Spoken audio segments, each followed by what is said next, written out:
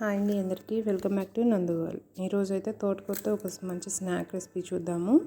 ఎప్పుడు పప్పు కూరలు కాకుండా ఒకసారి ఇలా ట్రై చేయండి. తోటకూర కాడలు వేస్ట్గా పడేస్తాం కదా, వాటిని యూజ్ చేసి ఈరోజు స్నాక్ రెసిపీ చూద్దాము. ప్రాసెస్ ఏంటో చూద్దాం.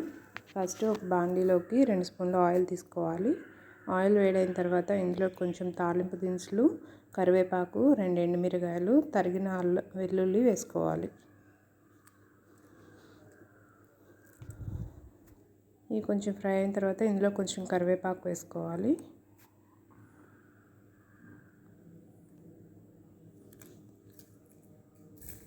ఇవి వేగిన తర్వాత ఇందులోకి ఒక పెద్ద సైజు ఆనియన్ని చిన్నగా కట్ వేసుకుని ఈ ఆనియన్ అనేది బాగా ఫ్రై అయ్యేంత వరకు ఉంచుకోవాలి.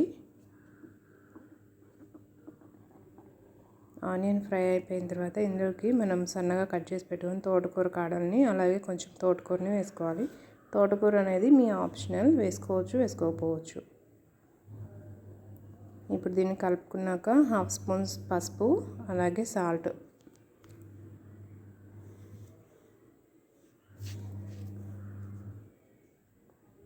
ఇవి రెండు బాగా కలుపుకుని ఒక 5 మినిట్స్ ఈ కూర అనేది మగ్గనిచ్చుకోవాలి. సాల్ట్ వేయడం వల్ల ఇందులో ఉన్న వాటర్ వస్తుంది, ఆ వాటర్తోనే ఇది మగ్గిపోతుంది. ఎక్స్ట్రా వాటర్ వేయాల్సిన అవసరం ఉండదు.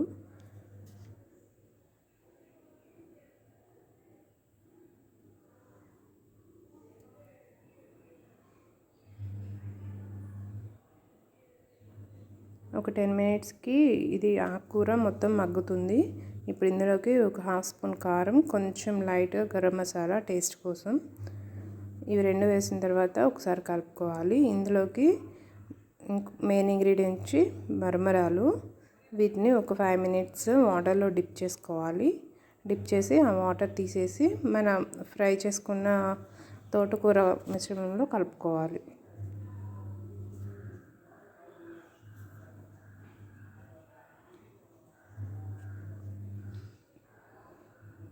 వీడియోలో చూపిస్తున్న విధంగా వాటర్ అంతా స్క్వీజ్ చేసేసుకోవాలి. ఇప్పుడు వీటిని తోటకూర దానిలో వేసేసుకుందాం.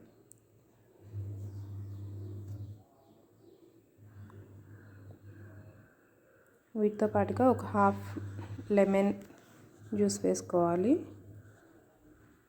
ఇప్పుడు వీటిని బాగా కలుపుకోవాలి. అలాగే ఇందులో ఒక 1/2 కప్ బూందీ మిక్చర్ కలుపుకోవాలి. ఈ బూందీ మిక్చర్ కూడా మీ ఆప్షనల్ అండి, ఉంటే వేసుకోవచ్చు లేదంటే లేదు. అంతే, ఎంతో ఈజీగా టేస్టీగా ఉండే తోటకూర స్నాక్ రెసిపీ రెడీ. ఈ వీడియో కనుక నచ్చినట్లయితే ప్లీజ్ లైక్, షేర్, సబ్స్క్రైబ్.